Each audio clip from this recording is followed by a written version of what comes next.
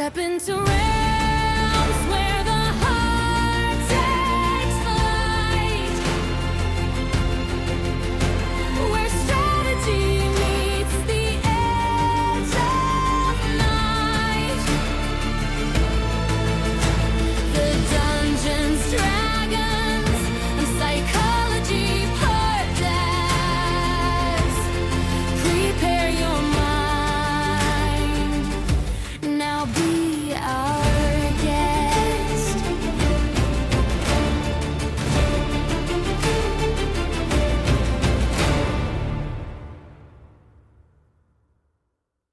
If you've been following along with some of the shorter solo episodes I've been doing recently, episode 12, Invested Players, and episode 13, Laying the Foundation of a Campaign, then today's episode is the continuation of that little series on getting your campaign going that comes right out of my book. I'm Robert Walker, author of Session Zero, the DMG to writing great campaigns in any system. And this is my show where I teach collaborative storytellers how to have more immersive campaigns using psychology. And today, what we're going to be talking about is your Session Zero and your main characters or character creation. I want to talk about these together because most of the time this is something that I do together. We run our Session Zero at the same time as characters are being created around the table.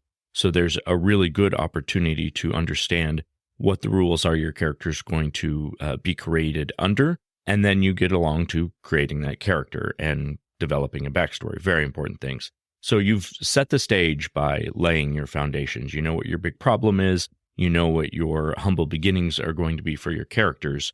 So the next thing that we're going to go into is character creation, and it's a large part of Session Zero, and I want to cover it first, but it's not the only thing that needs to be done to weave characters into your world and set player expectations. In my experience, it's one of the most important parts is actually the process of developing your character backstories. To me, that has a lot more impact on the story than the character sheet. So part of this is developing a very good, clean, and understandable backstory. It's because from here on in your campaign and your story, you're building it around the main characters, just like the stories of Harry Potter were written around the main characters, with their actions and decisions shaping the way that the story took to its ultimate end that was already known.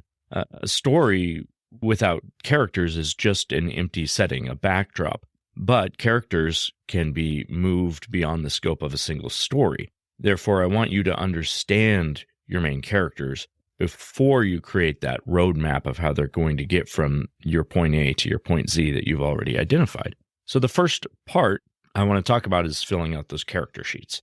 For some players, it's by far the most exciting part of character creation, and for other characters, it's very much the opposite.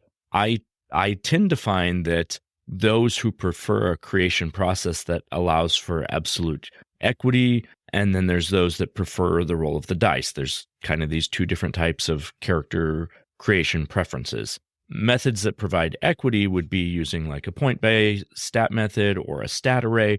I don't mind either of these systems, honestly, but in my heart, I think it's because I started in early editions Dungeons & Dragons, so I've always been a roll of the dice purist, and I admit that sometimes that might be a fault, but it's just my own personal preference. And I know that there's arguments for and against each method. I'm not going to be the one to tell you that any way is right or wrong. I will say, however, the method that I like, the randomness, if you're using that as their method, there can be some disparities in character abilities, and there have been times in my gaming career where those things have led to out-of-game resentment or disgruntlement if players are not playing cooperatively. Some DMs decide to mitigate this by adjusting rolled stat arrays to make them more even, but at which point, to me, that just becomes closer to a point-based system or a stat array anyways, so why don't you just start with that if that's what you're going to do? I like just roll of the dice and that's what you get, but again, personal preference. So you might wonder, though, why I do advocate for it. And like I mentioned, it can create disparities. But my simple answer is this. I like roll of the dice because people in the real world are more varied in their skills and abilities than can be represented by a system of absolute equity. And I think an important part of story immersion for me is that games feel real. They need to be believable. And a part of the reality that I know is that each person has their own unique strengths and weaknesses, and some of those are the luck of nature and nurture. But no good story, I think, that you've ever read has main characters that are all equal in their abilities. Such a story would really not be fun or believable. And I think for that reason, my method is one that gives a semblance of reality to my main characters. Think if you've seen the new Dungeons and Dragons movie, they illustrate this concept that I have perfectly, because the main character basically has no abilities. He's decent scrapper, but really he's not strong. He's not got any magic. He doesn't have any like super fighting combat abilities like other people in their party. He really is, like he says, he makes plans. So presumably he has a relatively high intelligence, but doesn't really have high enough character classes to have any magic or unique abilities. He's certainly at a disparity. And while that's what happens in the roll of the dice method, sometimes that character that has the lowest set of stats and the lowest abilities still ends up being the main character. It's because it's a story, and stories are out about overcoming difficulties and overcoming hardships. And what greater thing is there to overcome than to become the leader of a group that has a ton of abilities when you don't? Like that shows high charisma and high intelligence, but they have clearly levels. I mean, some of the spells the wizard was throwing around were insane. So you know that they're way higher level as well. So, and another reason is the disparity between characters, in my opinion, can create more cooperative play. When your characters choose to use their strengths and weaknesses in a cooperative manner, point buy methods don't really do this. They mean that in any given situation, a character has almost as much of a chance to succeed as any other character, which means there's not the same requirement for cooperation to overcome strengths and weaknesses. Again, if you have a basic stat array and everyone's stats are kind of in the middle between 10 and 17, pretty much, I mean, you're talking about a number on a dice difference in your roll that's like 1 or 2 points. So you could roll a 15 and your neighbor could roll a 13. And if they have the better, skill bonus or whatever it is, like you're basically the same. In a bigger stat variety, that doesn't happen. You have some people that might end up with an 18, and that same stat for another character could end up being their dump stat at like a 6, where they have a significant minus. And so they have to rely on one another to compensate for their weaknesses. I really like that, but obviously it's not for everybody. And as I mentioned prior to my rant, the most important part of character creation is developing that cohesive backstory and character personality. So a good character backstory should be tied to the foundations you have laid for your campaign. It should incorporate some of the elements of who, what, and where that we discussed in that last episode, and it should reflect the starting points of your campaign, the humble beginnings. If your player, again, has that backstory about being a world traveler or a famous bard, they're missing out on growth from humble beginnings. It also doesn't make sense for weak, low-level characters to be worldly experienced. I've said it before, and I'll say it again, low-level characters are, by their very definition, characters who lack experience. So your character backstory should reflect that. So instead of grand backstories, I always advocate tying them to the world and to each other. I cannot emphasize enough the value of having a group of players whose characters are connected in some way.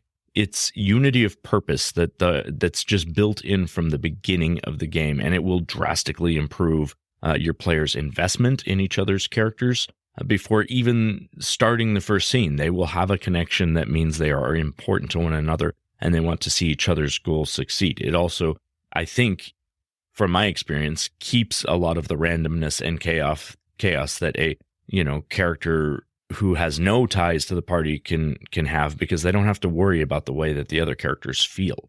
So aside from just having ties built into the backstories, it's also very valuable to have your players solidify a few pieces of information regarding their personality. So a lot of settings do this through alignments, but that concept can be somewhat arbitrary. Find out how your players are planning to play their character, maybe a few goals that they might have, but also find out things like how do they handle frustration and loss, or how do they deal with anger. Even asking the player questions and incorporating answers into their backstory, like I do when writing my own foundations. I do the question and self-answer process. Do that with the player, ask them questions about their character, get them to give you answers, and then add those answers to their backstory. It can be really useful for plot devices, and you might want to utilize those ideas later in your campaign. I mentioned alignment briefly before, and I do want to discuss it a bit further. I mentioned before that it can be somewhat arbitrary. There's also a reimagining that's taking place throughout the various RPG systems that's eliminating alignment from races in general. When I wrote the first edition of my book, I had very different opinions than I hold now. I was holding sort of an outdated perspective that this is just a game, and stated that as a game, it was perfectly acceptable to categorize characters and monsters by good and evil. But I spent a lot of time doing research, and if you've listened to the show, you've probably heard about this story. And I listened to the stories of those who felt marginalized or excluded from the RPG community because of things like the alignment system. So I now look at that idea very differently. I already mentioned that I want to write games or have games that reflect real life. And I think it's important to understand that no individual is destined to act or behave a certain way by virtue of their race or birth. That means that no character should be pigeonholed into any alignment based on their character race. If you do choose to incorporate character alignment into your game, I would try to base it on specific things like backstory and character choices rather than race or species. This ensures that people can come to your table knowing that there's not stereotypes about their skin color or their identity or their background that are woven into and upheld by your gaming group. Along with that, character creation and backstories, session 0 is really all about setting expectations. So that alignment thing I just mentioned before, having that in place would already be setting an expectation of inclusivity at your table. But expectations for your game can include other things like lines and veils, player expectations, house rules, and other safety tools. Probably for me, the most important part of setting these expectations is writing them down so that they can be referenced later if you need. If you do a quick Google search for Session 0 checklists, there's many different ones that are available to use for free. You can print them out and you can go over them in your Session 0. But I'm going to give you an outline of what I consider to be the most important aspects and what you should consider incorporating into your Session 0. And we're going to go ahead and do that as tricks of the trade. All right, first for tricks of the trade, we're going to be talking about lines and veils. Some of the most important boundaries to set during your Session 0 are known as lines and veils. They're a safety tool, equally important to help dungeon masters and players. They can help a dungeon master understand what elements should be kept out of the story or just sort of put like behind a veil. Think of lines as story barriers that are not to be crossed, and veils as screens behind which certain story elements can be obscured. So one of the important parts of lines and veils that each person involved in the game table, they need to have equal opportunity to set, and the best time to set them is during Session 0. If a person has a boundary, Session 0 is the time to bring it up. But remember, lines and veils can change for people from time to time. And as a DM, you need to respect that a person's boundaries can change. So try to think of lines and veils as player consent. And consent can be granted or revoked at any time for any reason. So when a player has told you that they have a line, your job as a DM to make sure that you do not incorporate that line into your story and you do not allow other players to cross that line during roleplay. The same goes for veils. If your group has decided sexual encounters, for example, will fade to black, then whenever one of them occurs, they need to fade to black. Player safety and comfort are very important in having a successful campaign, and lines and veils are a great foundation to ensuring that safety and comfort. So definitely include them in your Session 0. Next, in your Session 0, I would talk about other safety tools. There are many that you can embrace, but the one that I would suggest, or the two that I would suggest to start with, are game ratings and X cards. They're ways for your players to modify the way that the narrative is being told if things become difficult or triggering for them. This could happen at any time, but most of these tools will come into play when the narrative becomes dark, scary, violent, sexy, anything that somebody might have a problem with. So during your Session 0, establish the best rating for your game and decide if you're going to use an X card or a similar tool. So when I talk about game rating, what I'm talking about is just like going to the movies, set a rating for the behavior of your game or how it will present. So you could have a G, PG, PG-13, R, NC-17, X, double X, triple X, whatever it is, the kind of role playing and story that you're telling. I assume you have an idea what each of those already means, and if you don't, a quick Google search on motion picture ratings would clear that up for you. But translating that into tabletop is pretty simple. For a PG-13 game, for example, there might be some violence and scenes with sex, but for the most part, anything graphic in these categories would automatically be veiled, where an R rating would allow for more of that type of stuff to be narrated at the tabletop. So that's a good way of sort of setting a generalization for veils and lines, is by giving your game a rating. And X card is an idea that was developed by Golden Lasso Games, and the DM in this scenario places a card inscribed with the letter X at the center of the table. If at any time during the game a player or the DM touches or picks up the X card, the DM agrees that the current scene is going to end and it will be skipped over, no questions asked. The most important part of this is the no questions asked part. It gives players the power to stop a situation that might be uncomfortable for them without any fear of recourse or judgment. If a player in one of my games grabs the X card, we actually use a skulled goblet, not a card, but it serves the same purpose. Just fade the scene to black with a simple phrase like, "I'll leave what happens next to your imagination." And then I ask if we want to take a short break and start the next scene. The next thing I like to focus on during my session 0 is game balance. I want to include time to discuss the balance of the game with my players, give them the opportunity to weigh in on how they want the game to feel. And by this, I mean the balance of roleplay, combat, skill challenges, or any other elements that might dominate playtime. For example, I could inform my players that the campaign is going to be 70% role-playing, 20% combat, and 10% of time doing other stuff. I'd also make sure that balance works for each of the players, and if there needs to be an adjustment, I'll make it. Remember, it's everyone's game. As a DM, you're responsible in some degree for everyone having a good time, so try and be flexible with your own game design so that everyone at the table feels like they're getting what they want out of game balance. Finally, we're going to have two more things that I want to look at. It's house rules and player expectations, and we're going to start with house rules because it's pretty simple. If you're implementing any house rules into your campaign, the place to inform your players of those changes is during session 0, not later. Players usually have a plan for what they want their character to be almost immediately, and house rules can fundamentally change the way that a character can be played and the way that the world can be interacted with. If you inform your players of the challenges right away, you can avoid those kind of complications later if your rules don't fit well with what a player had planned for a character. I can't tell you how many times I made this mistake in my DMing and didn't talk about house rule changes or feat changes or anything like that. And then when the time would come up, I'd be like, oh no, that's not going to be in the game, or it's working this way instead. And the player would say something along the lines of, well, I designed this whole character to get to this point so that I could take this and it would work the way that I assumed it was going to work. So that's something you want to avoid. Be very clear about your house rules. And lastly, let's talk about player expectation. I'm going to talk about this kind of generally. Ultimately, this is part of what we've already been doing with session 0 already. All these tools we've discussed are ways of setting and understanding expectations and game expectations. But there can be a lot of other things you might wish to discuss as part of your player expectations that aren't covered in these rules.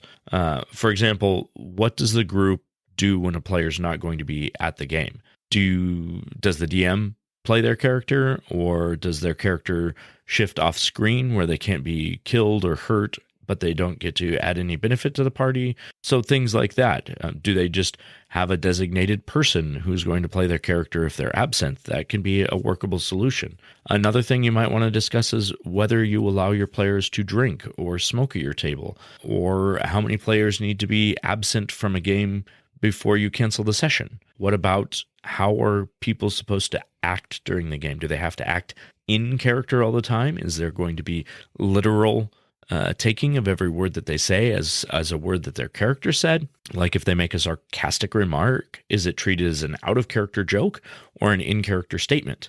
So this list of questions can go on, and I don't want to waste too much time on it, but I think you should answer most of the questions I presented here, as well as anything else that stands out as unique to your table, your group. Now, with all this done, Your session 0 is completed. You have good expectations. You have your characters built. You have their backstories. It's finally time to place your main characters in the first scene of your story and start the campaign. I know it feels like a lot of work, but remember, these last 3 episodes technically could have all happened in the same evening. I mean, you could do all of those things in one day, and then the next week when you come to your game session, you're ready to go, ready to play. Or if you've got a really long gaming session and a group with great availability, like we all wish we had, like whole days of D&D morning to night, then you could do all of that and still play in the same day, which is, like a dream scenario. Let's make that happen. But that's it for today. Let's go ahead and move over to our knowledge check. Today, I'm just going to inform you about a resource that is available out there. It is from the Level 1 Geek website, and it is their Ultimate D&D Session 0 checklist. It is an excellent resource. I can tell you I have used this specific checklist in my own games. Actually, the last game I started running, I used their checklist, and it's very in-depth. It gives you a lot of very detailed descriptions, and it was very useful throughout the campaign to be able to refer back to this list that we made, that we were able to write out all of our decisions on it. And so we always had a very good idea of what our expectations were. And it goes over everything from table expectations to scheduling, house rules, the framework of the campaign. So I would definitely recommend taking a look. The Ultimate Session 0 checklist, and it is going to be in the show notes. You can find the link to that down below. And if you cannot find it, go to level1geek.com/DND/session/0. All right, that's it for today, Cyclothids. As always, please give me a rating or review on Apple Podcasts or Spotify. And as usual, you can find me on Instagram at Dungeons_Dragons_Psychology, where you can find a link to my Linktree. There is also one in the session notes. And from there, you can find me on all the platforms and connect with me that way, as well as through email. Until next time, we'll see you.